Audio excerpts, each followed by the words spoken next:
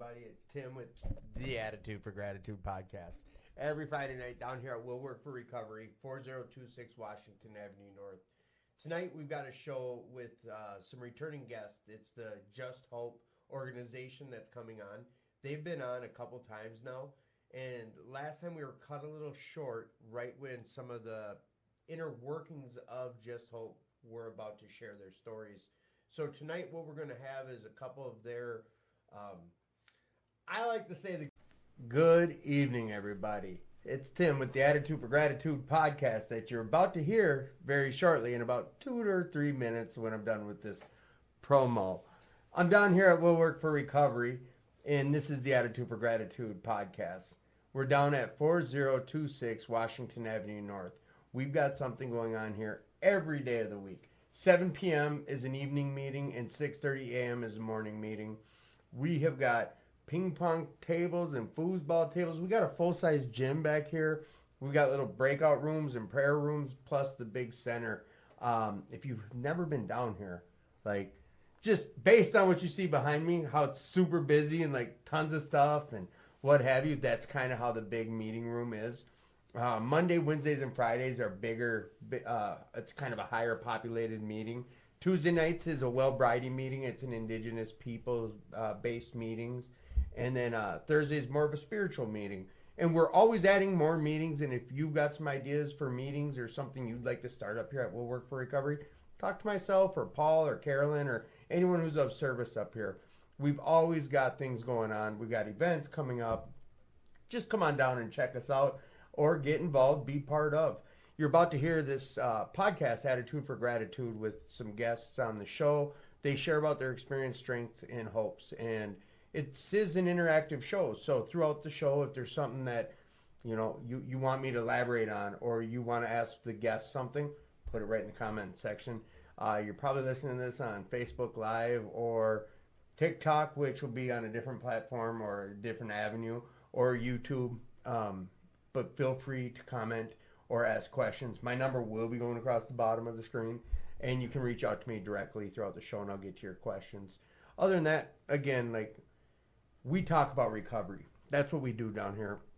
And we are an RCO. It's a recovery community organization. We have tons of resources. We are the largest RCO in the nation based through the amount of people who come through the doors here. So come on down, get involved, check us out. If you're struggling tonight, please reach out. Get involved. You can call the hotline 988 if you're having some negative thoughts or what have you. But other than that, like, check out what we're about to talk about. It's recovery. Get involved. Be part of, not apart from. We share about everything. We use over nothing. Other than that, like, sit back, relax, and enjoy the show. So there we go. The guy in pink. I'm back. There we are. There we are. There we are. Welcome back to the Attitude for Gratitude podcast. As I said in the promo that started off with the Just Hope Boys promo, and then I cut it over to the other one. But basically, I think I shared about everything. And if you have questions about anything Will Work for Recovery related, reach out to me. My number will be slowly going across the bottom of the screen here in a few minutes. That number will be changing, but until then, utilize that number if you need. But what we do down here at Will Work for Recovery is exactly that. We work for recovery. We've got tons of events always going on, bonfire stuff that I didn't talk about on that promo. And also tonight, after the big meeting, every Friday night, we're going like 2 months strong now, karaoke. And it's been a big hit. Like, a lot of people are showing up and they end up, I think they've been like almost going till midnight because so many people want to sing. And I've never witnessed karaoke sober. 2 weeks ago was the first time I went and gave it a go, checked it. I stayed for like 45 minutes watching people. I had a good time. I just never knew I could have a good time watching a bunch of people. I used to be a bunch of idiot drunks trying to sing, thinking they're Lionel Richie or whatever. Well, you got people down here that are really giving it their all. And I heard some really good singers. So whatever, blah, blah, blah. The Soap of Hope. I don't think I talked about that on the promo either. Where am I at here? Soap of Hope, Armor of Yah, Chucky. Come on down and get you a bar if you're interested in it. We'll tell you all about it, but it's something that Chuck does to do. He's got a little soap factory upstairs, and it's just something God put on his heart. He'll tell you the story. Go back through my shows, and you can hear all about his mission and his vision and what God put on his heart to do with making this soap. It's a good product. Come check it out. If you're struggling tonight, please reach out. If you're having self-harm thoughts, we've had shows about this. Self-care is very important, and mental health is a real thing. Don't shy away from it. Like, don't be embarrassed of it or ashamed of it. Address it. Dial 988 or get to the doctor or reach out, get to a meeting, call intergroup, do something. We're open tonight. We'll be at least someone will be down here till at least 11. So come on down here, get involved, all that good stuff. I'm done listening to my own voice. So what we're going to do tonight, we got Rick and Misty on, and next week we got Kevin on, and then I'll drop the new format and everything probably next week about what's going to happen next year with this podcast. Big things. That's called the cliffhanger, guys. We've got this super amazing announcement to make, but you'll have to stay tuned in. I might make it throughout this show or maybe next show. Cliffhanger shit. Yeah. All right, so let's do this. Let's see, you like this little jerry rig? That. There we go. Boom. Yeah, TikTok in full effect. Yeah, I know, right? Let's see if you guys can see it. So here, I'll switch my camera so you guys can see what we're laughing at, and then we'll get the show started. We have fun. It's recovery. Doesn't all have to be just book work and service work. We can sometimes laugh and have fun. We can do that while doing book work and service work. Camera. All right. We're going to go to this other view. Jetstream. So this is the camera that we're going to be using that one there, but this is the one that Wednesday night they have a podcast on here too now. And it's they do that one? No. It's called Rule 62. Don't take yourself too serious. It's a good idea. So look at this. That's my that's the professionalism of what we got going on here at Will Work for Recovery. Look at that. Just a hanging phone for the TikTok stuff. Yeah. Just how we do. All right. I'm sorry. People tune in to listen about some recovery, and I'm over here just clowning. We're 5-10 minutes into the show and haven't spoke about recovery at all. Bingo. There we go. We're live and ready. Who are you guys? Oh, wait. Boom, ba-boom. Who are you, young lady? I'm Misty. I'm an alcoholic. Welcome back to the show, Misty. Thank you. Rick, alcoholic. Welcome back to the show, Rick. Just to give you guys kind of a brief on things, because when I put in when I put on his plate to do it, he just breezes over it. Rick and Misty do something called a 4-step workshop done at 2218. And that, Rick, you started that how many years ago? See, 30 years ago, 35 years. He's been doing this 4-step workshop Wednesday nights at 6:30, and it's in the auditorium. You can get there right from the parking lot. The little green light will be on the door. You go right in. Doesn't matter where you're at on a 4-step. It's about a 7 to 8 week cycle, right?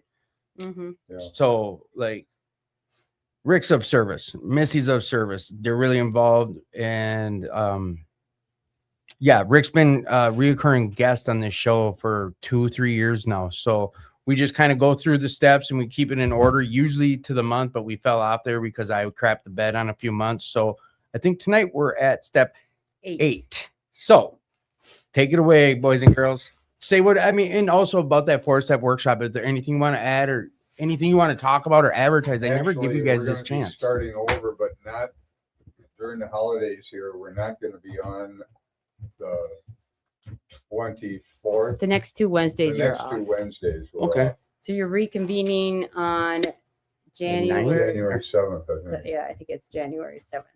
So the 24th and the 31st, no workshop, and it will start up again brand new on January 7th. Perfect. First one. Yep. I'll make a note to make announcements about that, because I always have people sporadically like, hey, don't you have the 4-step guy on? And a lot of, so I'll make sure to remake announcements. And also, I always forget to do this, but I'm glad I brought it up. If there's anything you guys want to have, you have announcements about, or events or speaking engagements you would like to share about, feel free to use this platform. I've never really said like, hey, Rick, you got something going on, or is there an event you want to promote? Like, this is the spot if you want.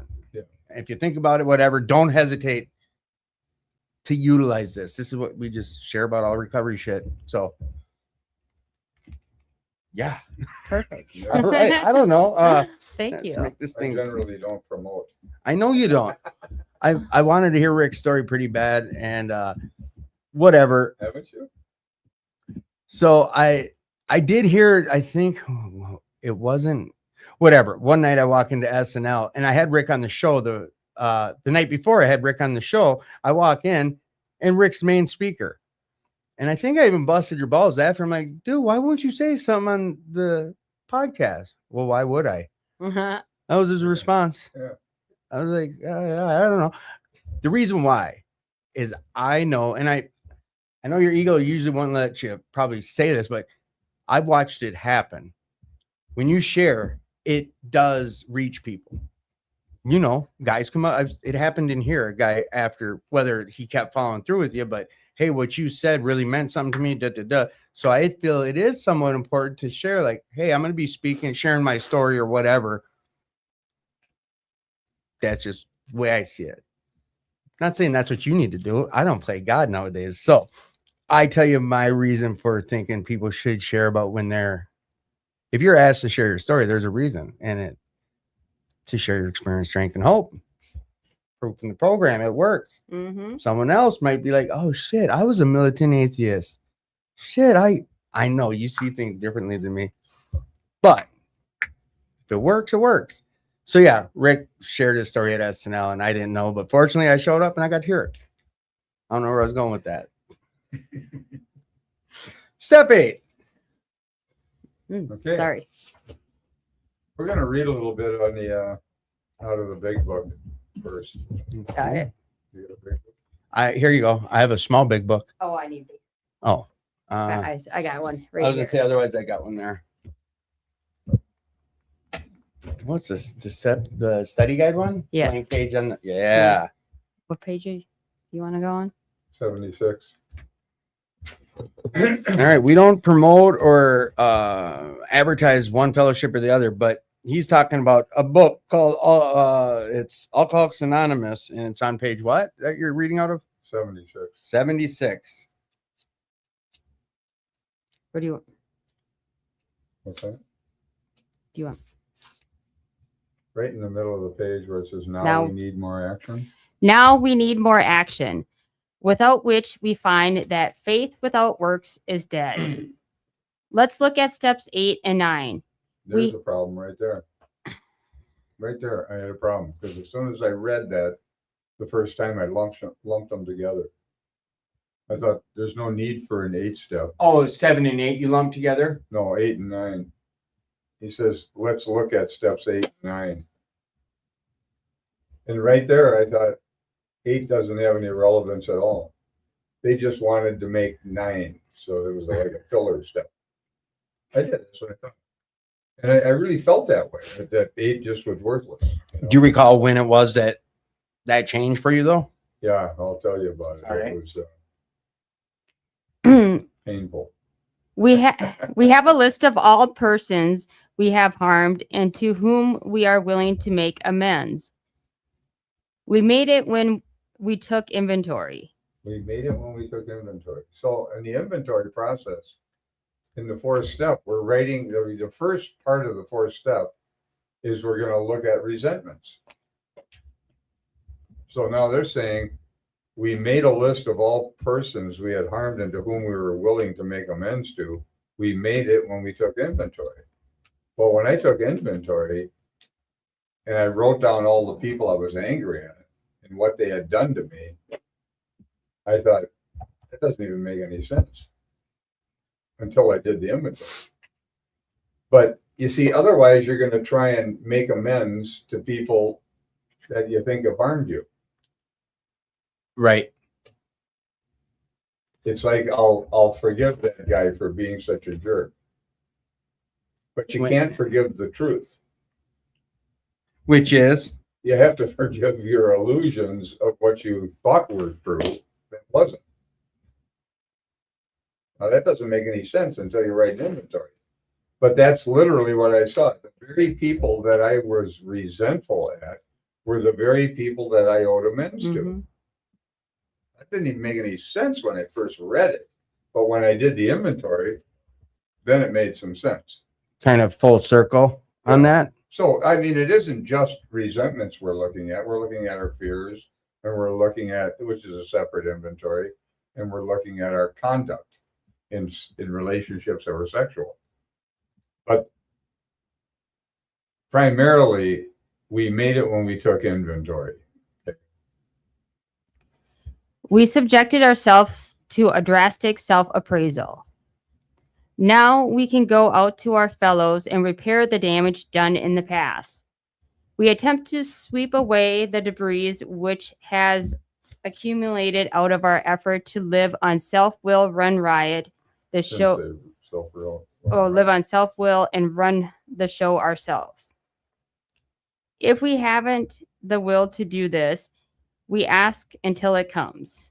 Remember, it was agreed at the beginning we would go to any lengths for the victory over alcohol. Any lengths for victory. Am I willing to go to any length? We attempt to sweep away the debris which has accumulated out of my effort to live on self-will and run the show myself. That is exactly what I saw when I wrote inventory. That people weren't attacking me. They were reacting to me. It looked like they were attacking me. I was quite shocked when I realized that they were reacting to what I was doing. I had no idea I was selfish at all. I thought they were, but I couldn't see it in myself. Probably. Go ahead. Hang on a second here. Now we go out to our fellows and repair the damage done in the past. See, step 8 and 9 are separate for a reason. When I got sober, like I said, I didn't think much of step 8. But I had an experience early on with the mother of my children where I went to make an amend. I just jumped right to 9. And I went to make an amend to her. She was living right next door to me. You jump right to 9 when you, after 7, you just jump right to 9, you mean? I didn't do any inventory or anything. Okay, you just went to go make an amends. I went to go make an amend. I hadn't done any of the steps. Okay. Other than the first one. But I went to make this amend, and the amend was a manipulation. But I didn't know that at the time. I actually thought I was making an amend. So I went to make this amend to her, and, you know, she's known my crap for years. You know, we were together for 11 years. We had a couple of kids. My kids were 4 and 6 years old. I didn't want to lose my family. Yeah. So I went to make this amend because I wanted to get the family back. I wanted to get things back. See, so it really wasn't an amend. It was a manipulation, but I didn't know that at the time. I actually had. You believed that you were doing this for the right reason? I guess I did. You know, I really, you know. So I go back to make this amend to her, and I said something to the effect that, you know, I was really sorry that this thing happened back then. I don't even remember what it was. If I did, I'd tell you. And she reacted violently to me and attacked me verbally. Because go ahead. Sorry, go finish up. Sorry. Go ahead. What were you Did she act that way because you weren't genuine, or because she knew you're full of crap, or? Oh, I think so. Oh, yeah. Or because she had heard sorry 1,000 times at Well, it wasn't even that, because I wasn't that kind of guy. I wasn't always saying I was sorry. Okay. You know, I've never been able to be phony in that sense, but this was just clearly a manipulation to get her and the kids to come back. And she reacted violently to what I said, and I was shocked that she reacted that way. It caught me off guard. And because I was still angry about the thing I was trying to make an amend for, I hadn't resolved the conflict. I still wanted her to share in and take a piece of the problem, like the majority of it. Right. You know?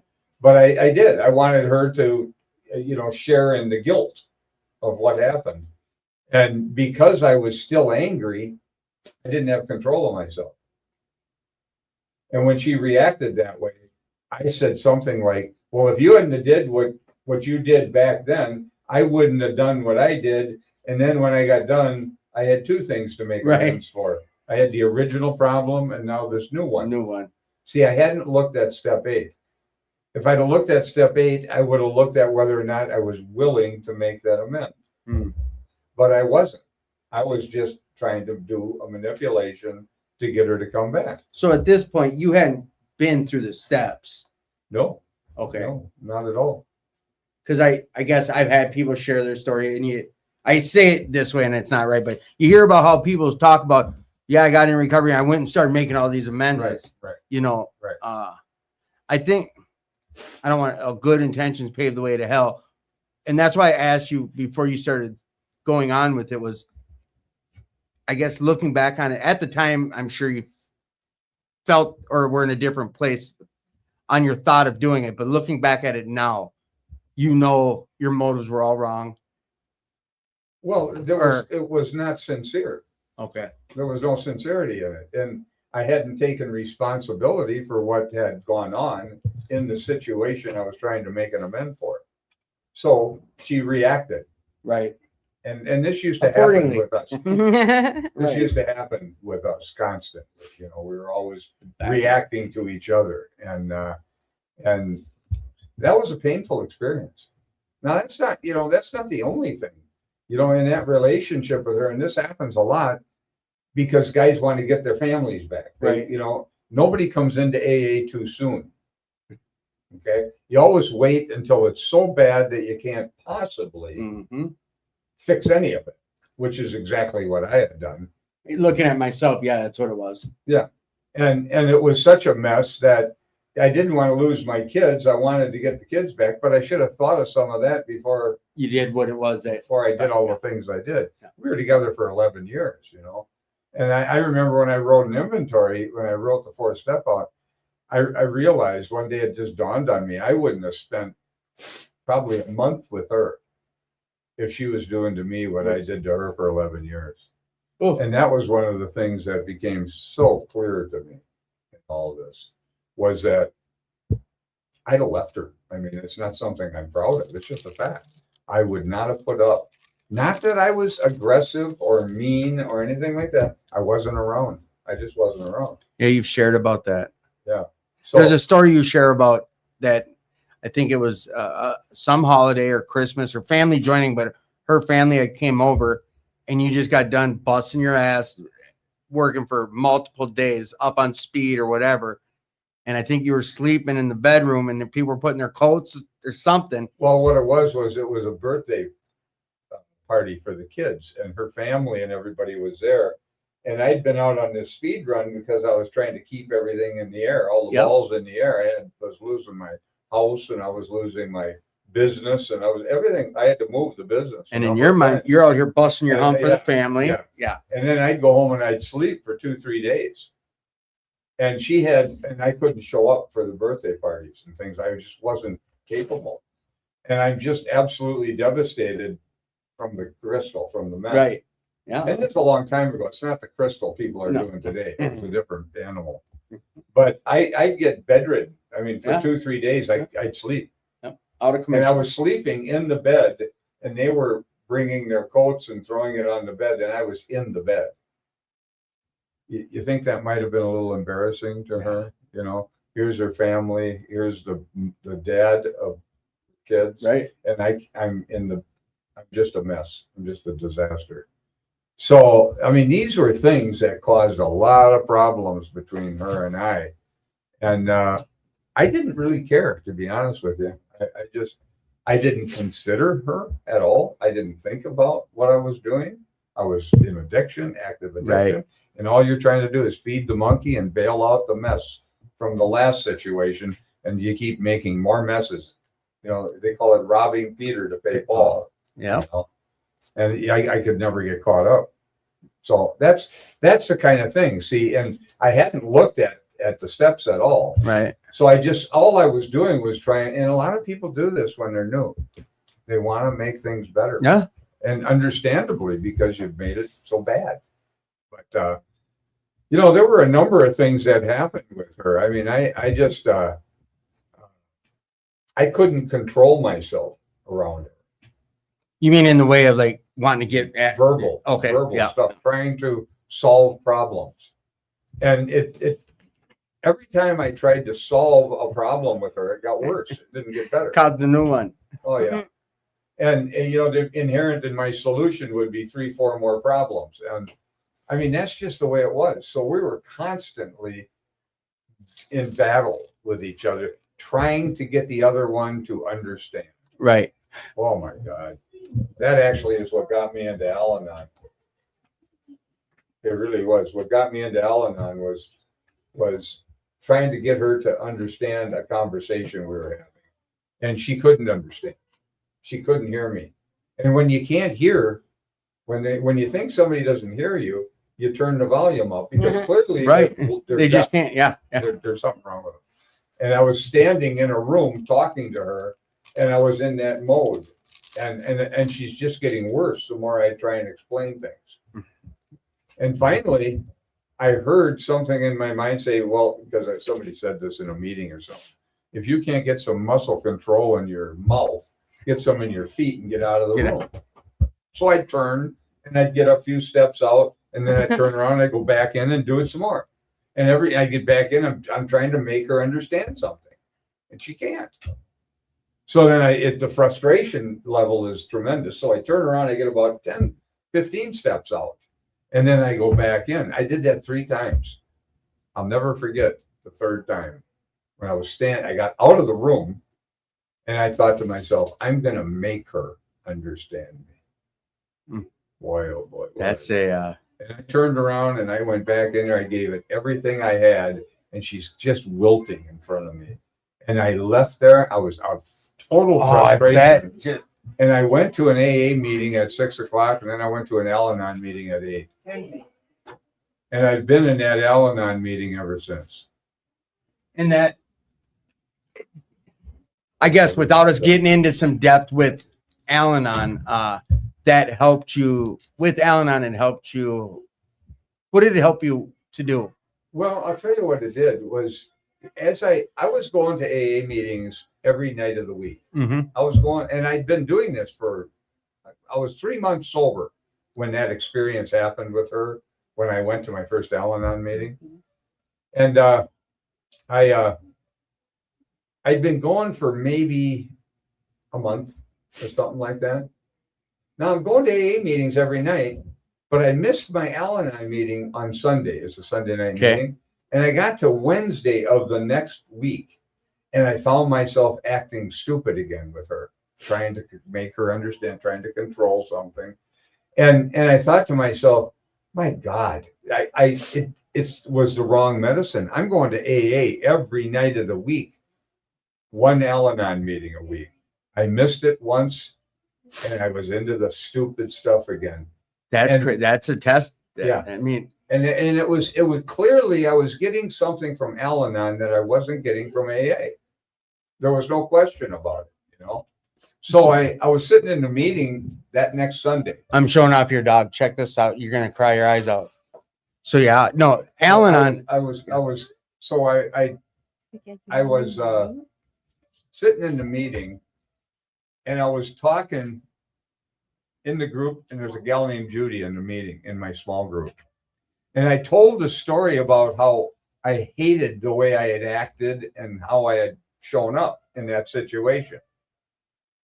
And she looks over at me and she says, I haven't heard you say one thing about what she did. In other words, I wasn't justifying my behavior at all. I was simply you were talking about it in a healthy manner. I was just at a point where I was talking about I didn't like how I acted and what I did. And that was the first time. I mean, I realized it was working. I was changing. And I think that's a big piece, what you just said, as someone else recognized that part They recognize how when you're telling this story about something that's been a issue or whatever, you weren't sitting there berating her, blaming her. No, I wasn't saying anything. And Judy said that to me, and it really caught my attention because I thought, wow, isn't that something? I'm not justifying what I did because she acted some way. I'm just taking responsibility for what happened. So these are things, that had an impact on me. We did not stay together. We didn't get back together. We were together for 11 years and we could not get on together. I mean, I couldn't solve that problem. I couldn't make her let go of her grievances and stuff that she had toward me. Much of what was probably absolutely realistic. She had plenty of reason to be angry about stuff that had gone on because we had kids. Yeah. My kids were 4 and 6 years old when I got sober. So Well, I think, you just said that. You're like, if the tables were turned, I'd been out of there. How long? I wouldn't have put up. And I say that not because it's a theory. I say that because I went out with a woman before I met Pam, and she was absolutely, every time she'd drink, she was crazy. I mean, she'd want to fist fight and stuff. And she was snaky, and I liked her, but I didn't like this. And I actually moved out to San Diego with her and spent the winter out there with her. And I'll tell you, I left that relationship. I liked her too. We had a lot of fun together, but I left that. I wouldn't put up with that crap, from her. That's why I know we dish it out real well, but we don't always take it so well. No. I know that as in early recovery, I learned that a lot about myself. Yeah. So I just had, you want to say something? No. Oh, no. Well, if you do, jump in there. I had a gal in my Al-Anon meeting last week. I brought her in to speak, and I knew her from when I was fairly new in the program. I sponsored her husband. Okay. And whenever I'd sponsor a guy, if there was a wife involved, I would get involved between them. I'd talk to them together, and whatever. And we'd read stuff. Sometimes we'd read the family afterwards and stuff like that out of the big book. So Michael, who I was sponsoring, he just destroyed his life. And his wife was with him throughout all that. And then he got sober. And he was sober for 11 years. Just under 11 years. She just told the story. Some of it brought back a lot of memories listening to her. Well, she used to call me up once in a while, because, we were interacting with each other. And, I just, whenever somebody in Al-Anon who's having a problem calls me up about their husband is drinking. Yeah. They want to know how to solve, or if maybe he's sober. Yeah. How can I fix them? Fix the relationship, or what should I do about this? So I look at them generally and I say, look, I ruined all my relationships. Why would you want my advice? And that's real. There's been a number of times I've said that to different gals in the meeting have called me, like meet some of these gals, who were just struggling with their husbands, But I don't know. I don't, I used to think I knew. Now I know I don't know.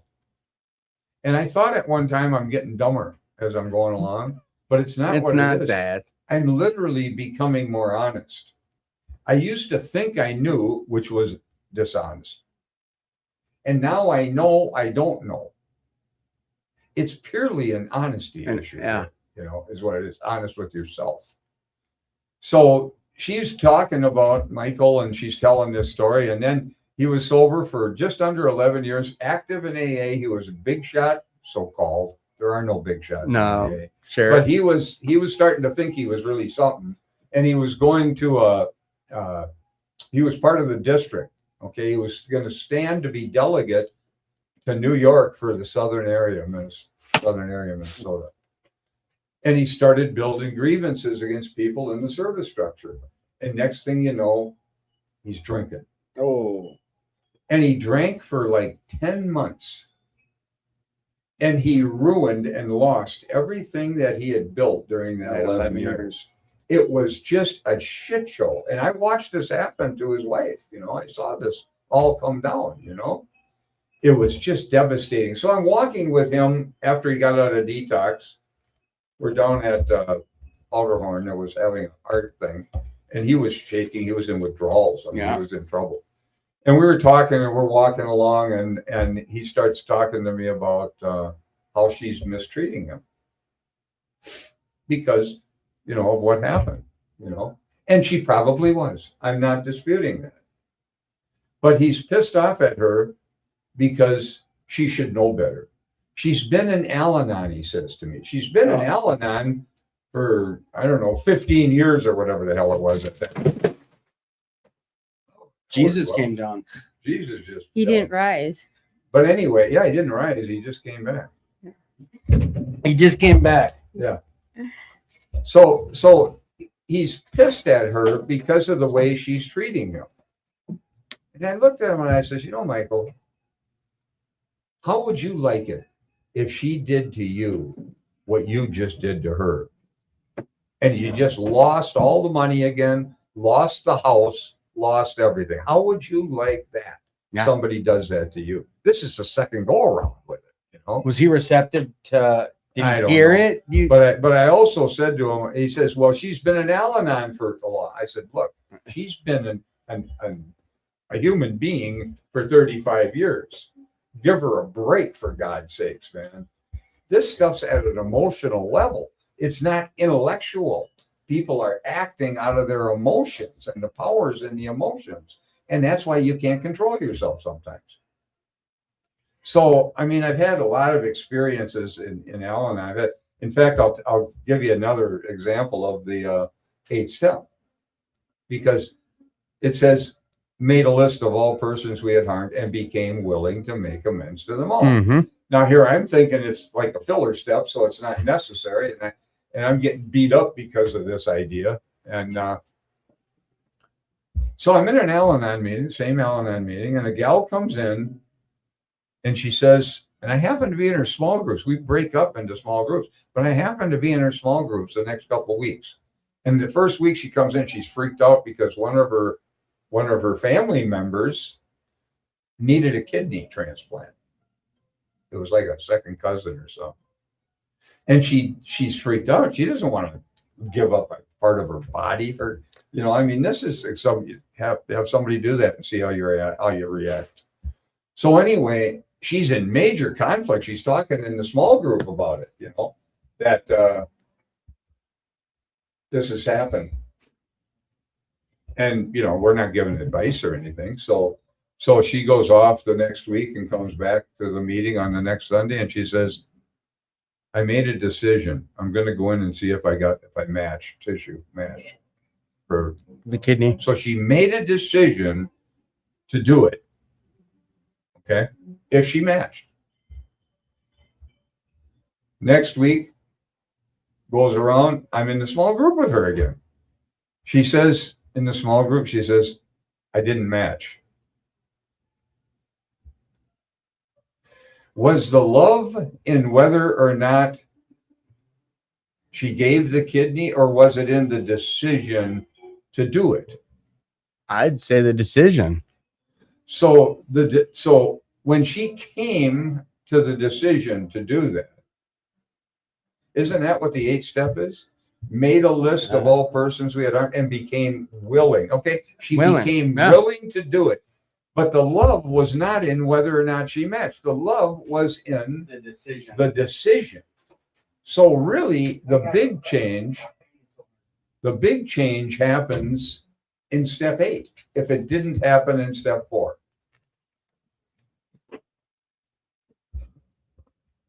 I think that's a valid comparison. It made sense to this 8th step. And willingness, I think, is the big key there. But a lot of people think the big deal is step 9. But it's easy to make an amend when you're willing. It's impossible to make a legitimate amend if you're not. Legitimate's a big one. That word, because you just shared about it. You skimmed over 8 to go right to 9 with the X, and well, I didn't even do any of the steps. Right. But that when I got caught with that one, I hadn't done any of the steps. I'm just trying to manipulate her into coming back. Right. She picked up on that apparently. Picked up on something. But You know, that experience really had a huge impact on me because it clearly showed me that why there's an 8 step and not just a 9. You get a look at it before you make an ass of yourself. You know, really. I mean, Yeah. that's ultimately what it is. Because there's a lot of emotions around this stuff. Yeah, big time. And when you do a 4 step, if you don't get a clear look that you're responsible for the situation you're trying to make the amend for, you can't really make it. I was just gonna, yeah, it's not gonna work out. Well, you can't make it because even if you get away with it, what if Pam would have sat there docilely and just taken it and just said, "Oh yeah, okay, that's great." Wouldn't have had any value. Would have meant nothing because it wasn't sincere.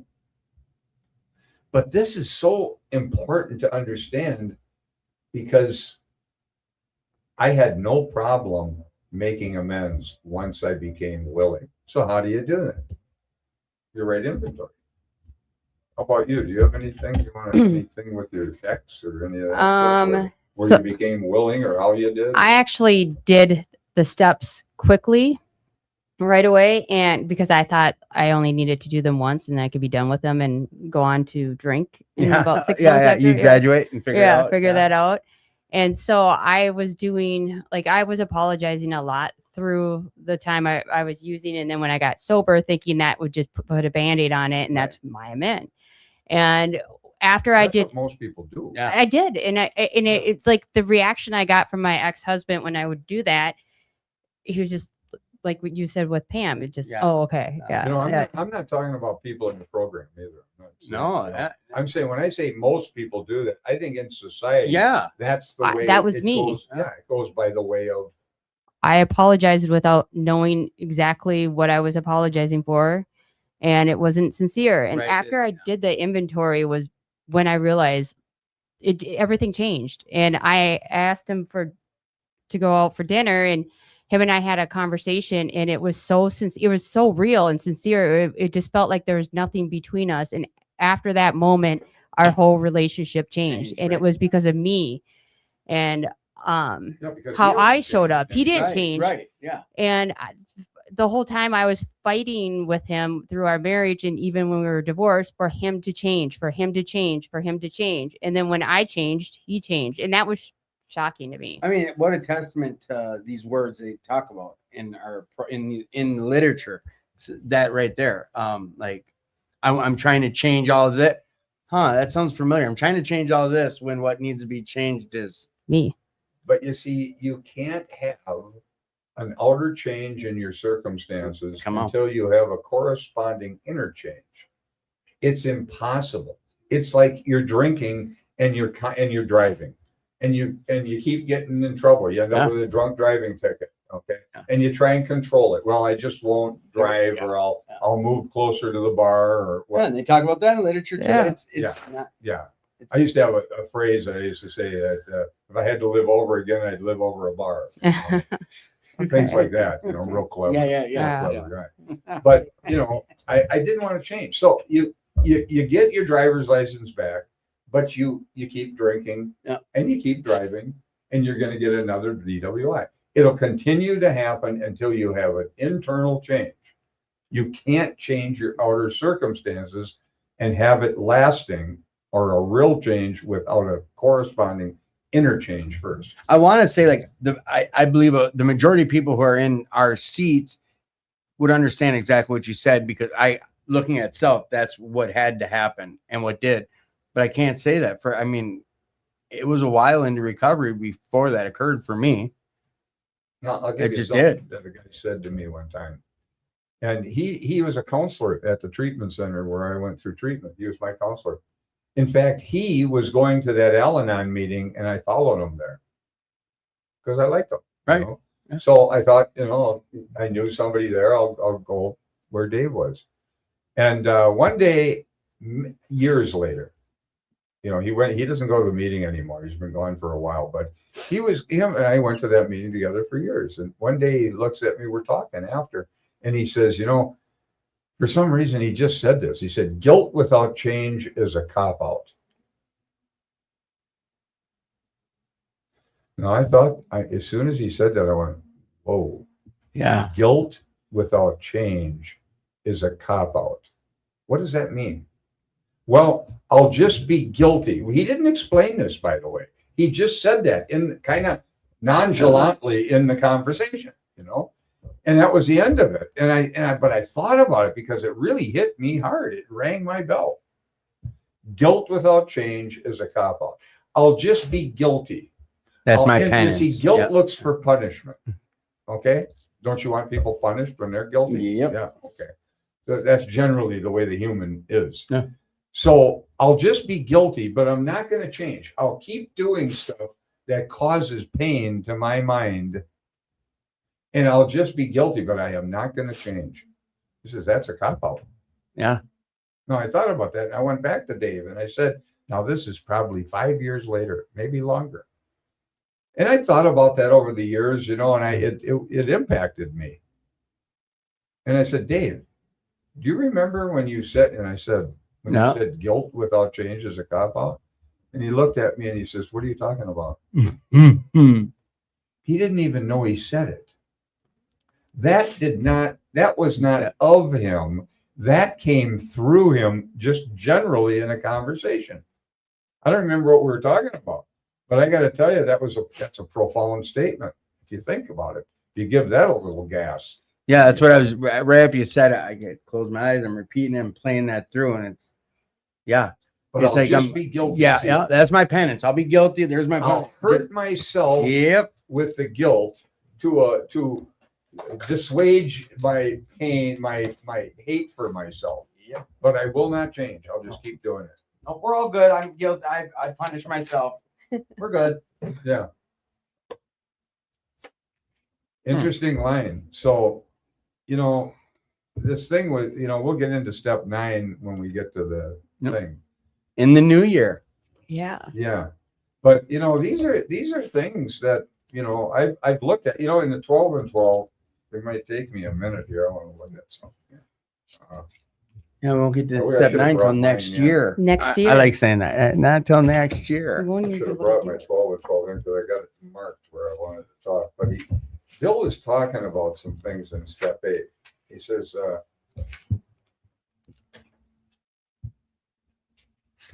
at the beginning of it, it's on page 77 of the 12 and 12. He says, steps 8 and 9 are concerned with personal relations.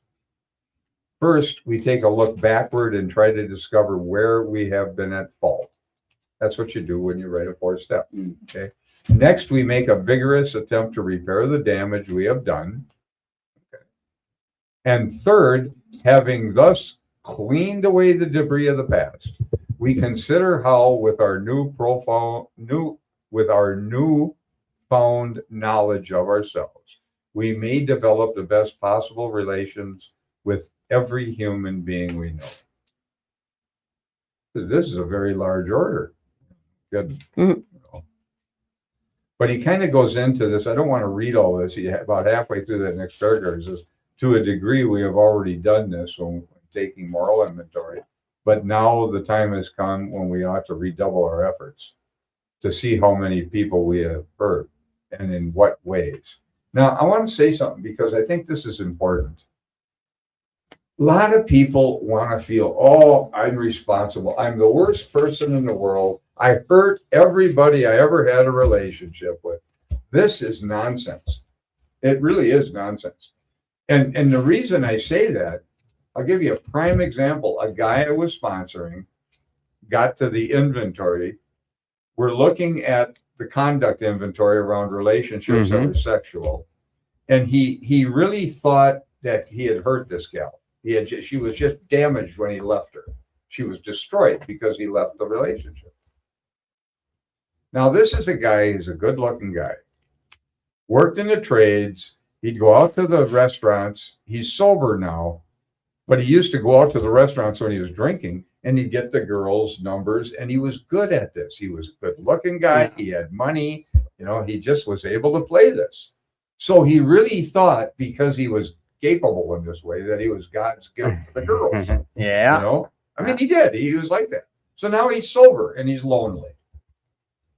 And he's trying to, and he is working a program. He is doing these things. I sponsoring them, you know? And we come up against that conduct inventory, and he says, oh, I got to make amends to this gal. I mean, she was just, I said, wait a minute, we're not there yet, you know? I knew what he was doing, man. What he wanted to do was get in the he was sheets. lonely, Yeah. and he wanted to get back in the saddle, you know? Yeah. And that's what he was doing, see? And at least I thought that's what he was doing. Yeah. Okay, so, oh no, I got to go make this. Oh, we're good, she was Judge just Carey. destroyed, you know. She was really a mess when I left.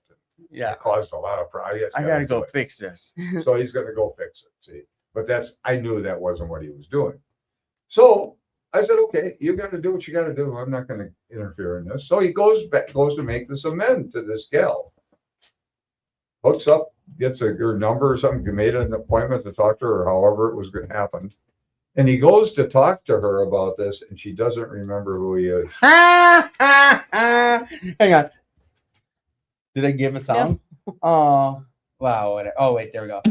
There you go. The rim shot. Oh. But That's good. This damaged him. I'm bet. serious, because he really thought he was so God's important. gift to women, and And now this gal doesn't even, she was using him as much as he was using her. that's awesome. Well, it was interesting to see that, because he came back from that experience damaged. He never was okay after that. Really? It really hurt him Wow. in a major way. Well, Uh-huh. when I think about that experience that I had with him, and you think about all the times you think, oh, I've hurt all these people, I'm the worst person in the world. Look, you may not be as important as you think you Yeah. are. Okay. Uh-huh. You may not be as big a deal. These people may not think too much of you or even care Right. when you left. Maybe they were thrilled to death to see you get on Right. the road, Or it's don't even interesting. remember you. Whatever the case is. Oh, yeah. I like that, though. Yeah, it was really quite Mhm. damaging to him. So, but I want to see if I can find this, because I don't have it marked in here. When listening to now I'm reading on page 78 at the bottom in the 12 and 12 steps and 12 Yep. traditions book of AA. When listening to people we have harmed, most of us hit another solid obstacle. We got a pretty severe shock when we realized that we were preparing to make a face-to-face admission of our wretched conduct to those we had hurt. It had been embarrassing enough when in confidence we admitted these things to God, to ourselves, and to another human being. But the prospect of actually visiting or even writing the people concerned now overwhelmed us, especially when we remembered in what poor favor we stood with most of them. There were cases, too, where we had damaged others who were still happily unaware of being hurt. Mm. Why, we cried, shouldn't bygones be bygones? Why do we have to think of these people at all? These were some of the ways in which fear conspired with pride to hinder our making a list of all is italicized, all the people we have harmed. Now, some of us, though, tripped over a very different snag. We clung to the claim that when drinking, we never hurt anybody but ourselves. Our families didn't suffer because we always paid the bills and seldom drank at home. Our business associates didn't suffer because we were usually on the job.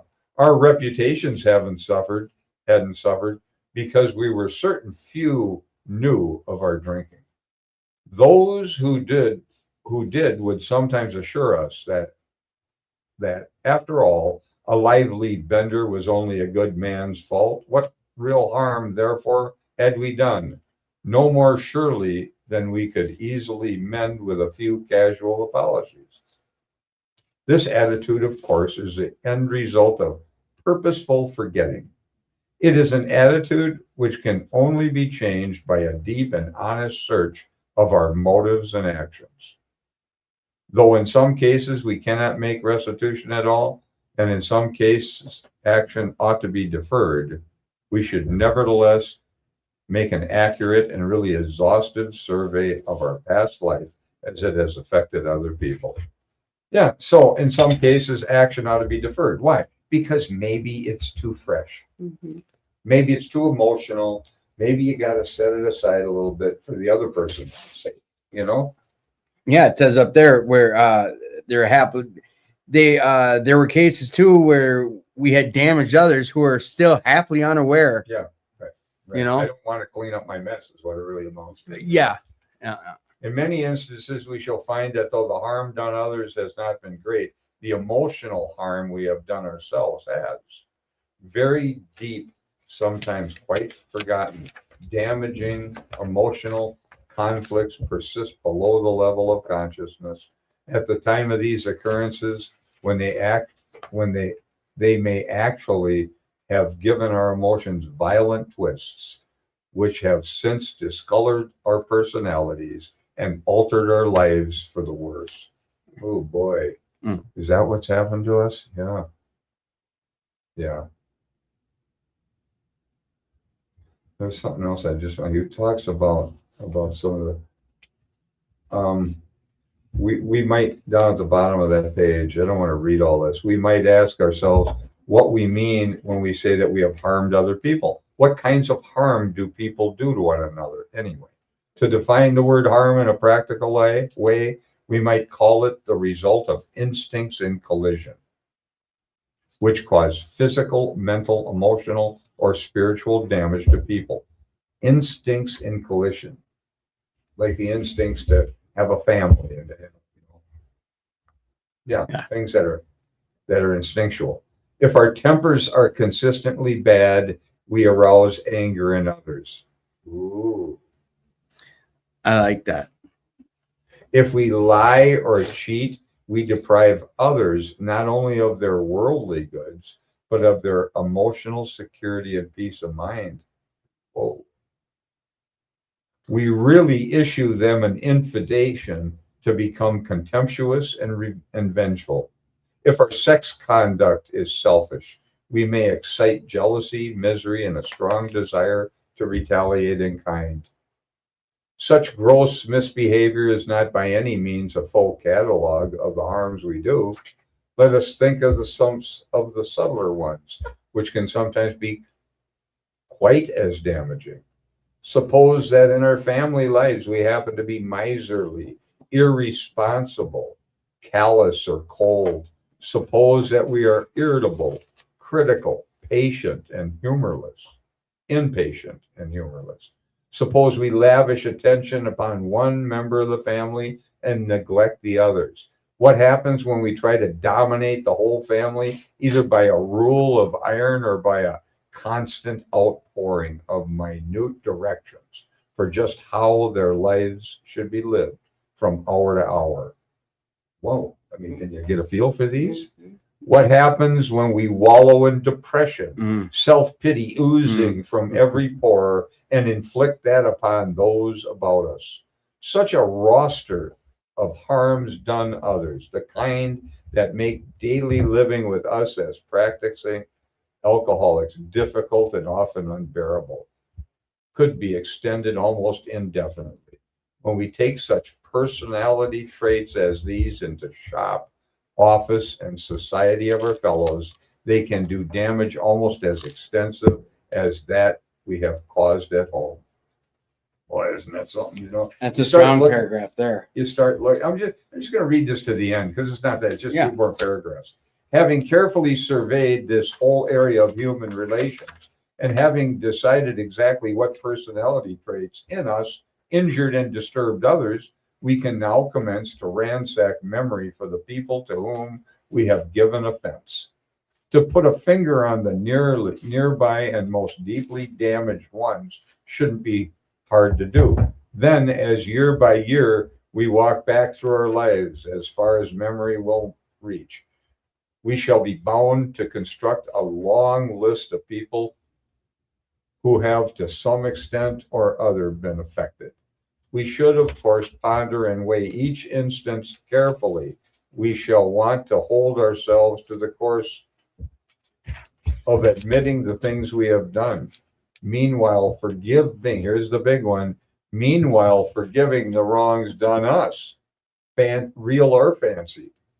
We should avoid extreme judgments, both of ourselves and of others involved. That's a big one. We should avoid extreme judgments, both of ourselves and of others involved. We must not exaggerate our defects or theirs. See, this is what people will do. They'll want, oh, I'm the worst person in the world. That's just as arrogant as saying you're the best. You're different. You're Yeah, I'm unique. special. I'm Yeah. unique. Terminally unique. Yeah. We must not exaggerate our defects or theirs. A quiet, objective view will be our steadfast aim. Whenever our pencil falters, we can fortify and cheer ourselves by remembering what AA experience in this step has meant to others. It is the beginning of the end of isolation from our fellows and from God. You know, it's just, you know, the 8 steps a lot bigger than you think. And it really is. The 9th step is not anywhere near as significant in my mind as the 8th step was, but it's necessary to follow through and clean up your mess. But people don't want to do that. And I understand. You know, it's embarrassing. It's, you know. Well, looking at self, I mean, everything we just read, that I circled this paragraph is, I think, speaks weight and volume about itself. It's this such gross misbehaviors is not by any means a full catalog of the harms we do. Let us think of some, just this whole. You know, Bill was in depression when he wrote the 12 and 12. You can kind of feel it. It's heavy. You're right. I think you kind of brought that to light for me a while ago, and reading it through another lens, or keeping that kind of on the forefront. But you got to keep some perspective with this stuff, and you're not the worst person in the world. You're not the best. I got to tell you, I've never struggled with the idea of being good. I've known that I was always manipulative, trying to get something whenever I did anything for anybody. And it was for something. And that was rare. I had to school myself away from that sort of stuff by doing 12-step work at prisons and places where I'd never see those people again. And these were things, I mean, you know, the 8 steps a big deal. So we're getting questions about the mascot. Want to hold him up a sec?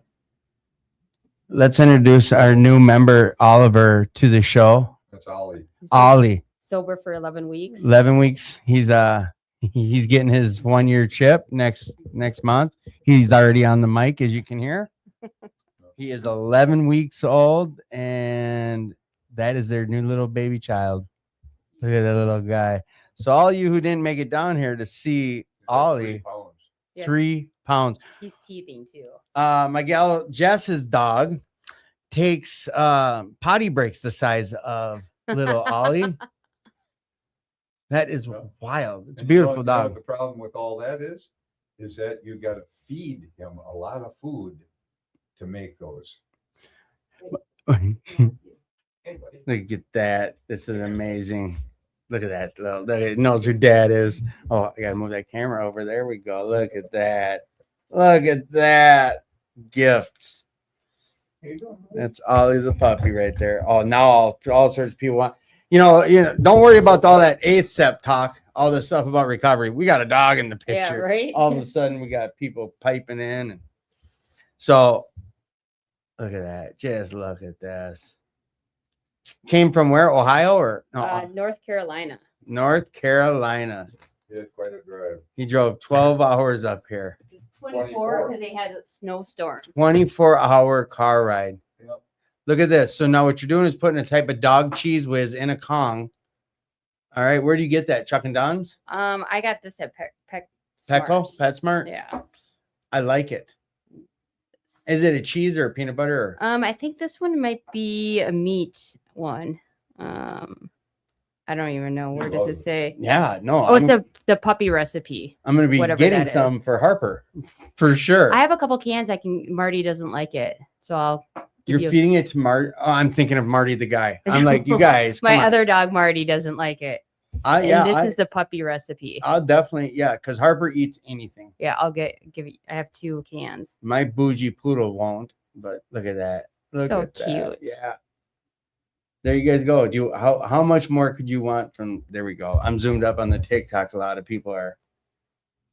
I'm watching the numbers go up. This is sad. Recovery show. Every place I've taken Ollie, he stole the show. Yeah. Everywhere. How cunty. Look at that little thing. Look at the little guy. He's so cute.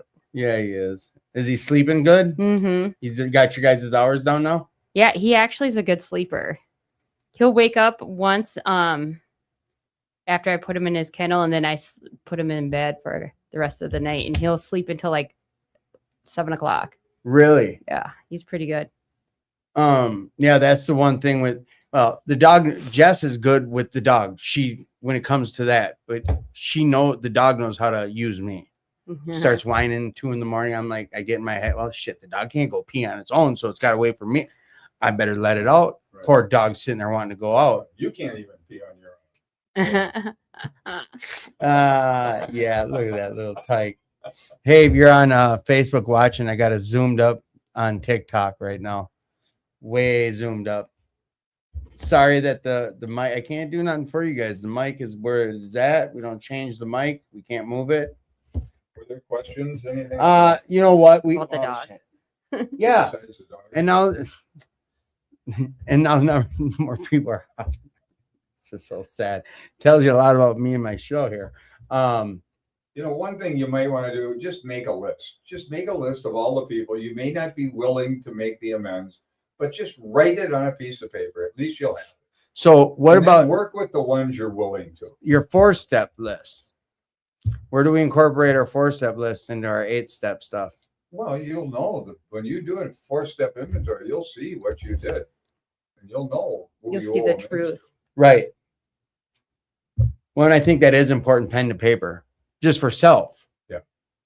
And work with the ones you're willing to, because as you do that, others will change. The ones you're not willing to, you'll start to see differently. Well, and I think Misty, that was a good example what she said with the Yeah. husband. Like you're trying to change them or trying to get them to see it this way, that, whatever. I know. I think a lot of us can understand. Same with what Rick shared about Pam, but it's like goes to my whole program was once I did grab that mirror and realized that's whose fault it was. Mm-hmm. Sure, I've been done wrong by people, but the majority of people did me wrong. I was Only shitty because you were to them. acting like a Yeah. jerk. Yeah, I was shitty to them. Like they didn't come out of the blue being a jerk to me. No, it rarely. Yeah, does it's and I think a lot. Unless you have a need to have that happen. Well, and I hear that a lot of because this place does have a lot more newcomers than most places, and for me, I hear that you hear that change with a lot of people when you hear them say something like, "I realize it's been all my fault. All this legal shit, they weren't out to get me. It was something I did." Well, they were out to get somebody who was doing what you were doing. Yeah, you know what? Yeah. But I hear that's the big change you hear with people is once they realize shit. I mean, I don't know. For me, it was that every issue I've had, it's something I did. Look at that. Look at that. We're gonna make you TikTok famous, dog. We'll make you there's these little Asian girls with a Chihuahua channel. I'll send it to you. But they just did they fucking put makeup on, dress them up, and paint the toenails, and like I don't know if they're clip-on earrings or if they're really pierced ears, but millions of people following, watching, donating. Yeah. So yeah, I can. This dog's a pod star. Yeah, this pod. Yeah. Get him a gold chain. Yeah. So wait, where's this camera? So it's like a friend of mine once said about the program. He said it's Nike, not Nietzsche. Just do Someone- it. Do it. Yeah. So let me tell you a brief story about the morning meeting that takes place here every day at 6:30 a.m. up here at We'll Work for Recovery, called Solutions on Second. There was a fella in there who's been around the rooms quite a bit. You know who he is. But he started going on and on about some story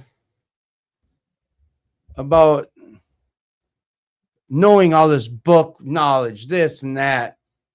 And then he quotes some guy from years ago that he heard at the retreat.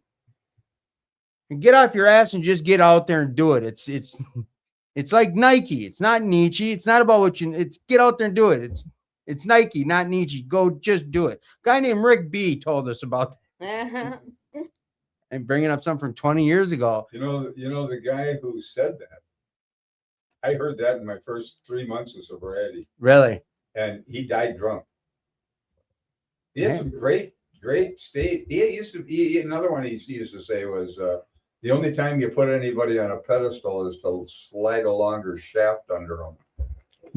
Yeah, I was Put 'em gonna up on a say, pedestal and then you set him up to kill him. yeah. Because he can't live up Yeah. to your expectations. Was he the same guy that said, I think you should take down everyone's inventory? And No, that was an old timer at 2218. He used to say, I don't know why you guys say don't take other people's inventory. He says, I take everybody's inventory and then sign your name to it. Because you can't see in others what's not in you. You shared that before. Yeah. Yeah. Yeah, that was And you know what? The guy who died drunk, like he was here for a reason. oh, yeah. Something spoke through him.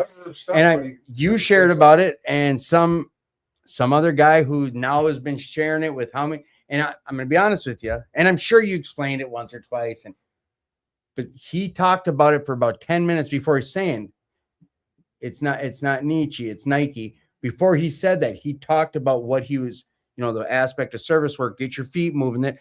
It was a definition that made that statement. I understood it better when he said it than once he quoted your name with that statement. You know what I mean? Yeah. And that's one of the few times Kevin has said something that I followed. It was just, it's good. That's why we go to meetings. That's why we stick around. That's why we are willing to do something here. Yep. I don't know. I love it. I don't know. We didn't have a ton of questions coming in about that. No, not good. Yeah. Well, then it must have been clear. Yeah. 850.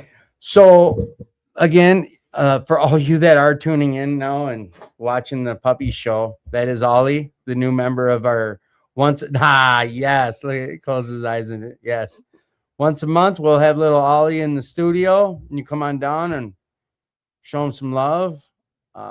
We'll be back next year with Rick and Misty on Step and Tradition 9. Speaking of that, let's do what I did last time. Let's put you on the spot. Oh yeah, your camera, your My flashlight's calendar. been on. No, your flashlight's been on for about a half hour now. Oh yeah, that was for reading. All right. So we have got next year, you can hear Rick and Misty on the new Attitude for Gratitude, probably on what, the 23rd? Sure.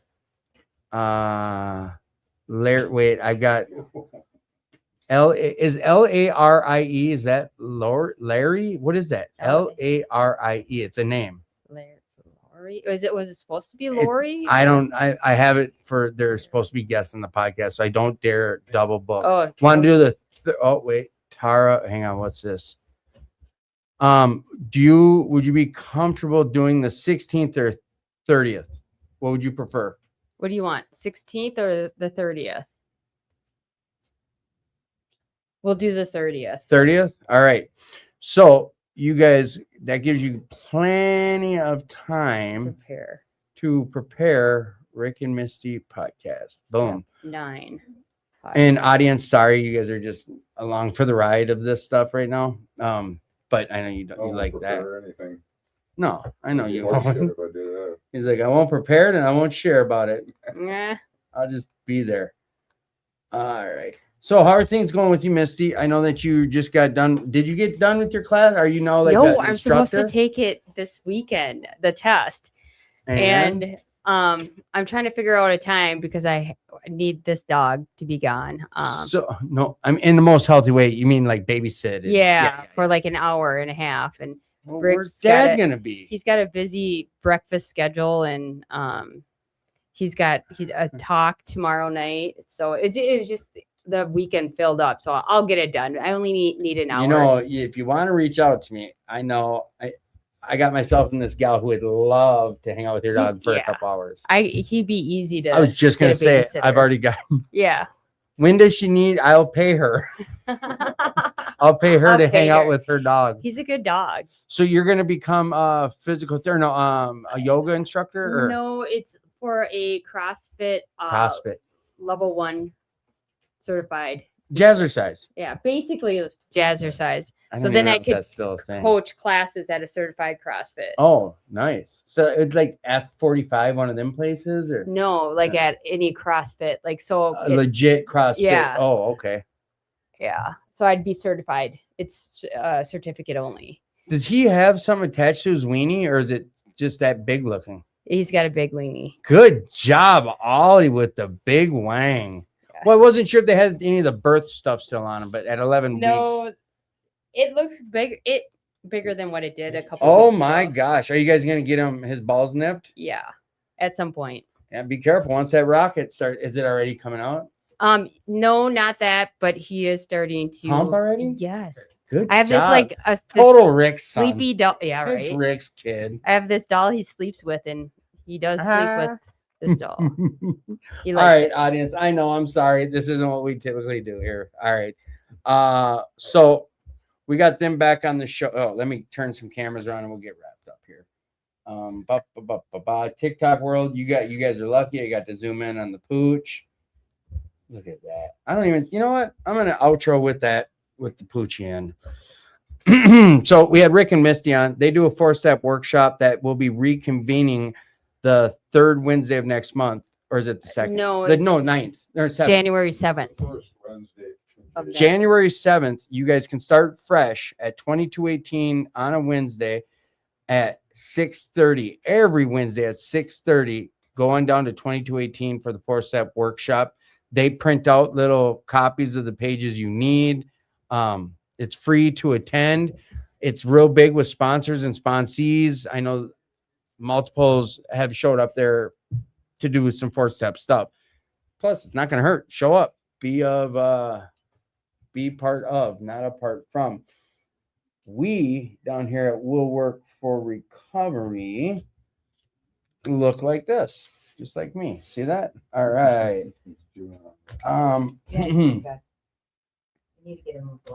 We're gonna wrap up now. We're doing karaoke out in the big room right now.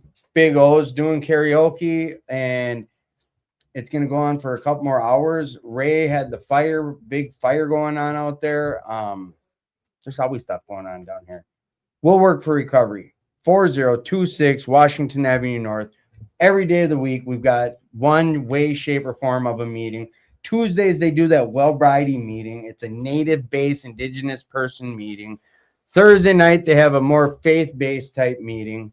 Monday, Wednesdays, and Fridays, higher populated meeting. Monday night, they have Star and her mom are here. There's some prayer warriors. They're in the prayer rooms after a breakout of the big meeting. Friday night's a call-up meeting. There's stuff always going on down here. We'll Work for Recovery. We got a full gym here, a full gym. They just got the roof done on the end where they're going to be opening up a store or a shop or a thrift store or something. Ping pong tables and foosball tables. We got the big room in there with the movie projector and all sorts of stuff. So come on down, get involved, be part of, not apart from. That's what we get to do today. If you're struggling, please reach out. Holidays are coming up. I don't hear it talked about it as much as I used to, but if you're going to family and there's drinking, this, that, the third, have an exit plan. Think ahead. Contact a sponsor or someone else and tell them, like, hey, make them aware of the situation if you need some accountability. But reach out. You're worth it.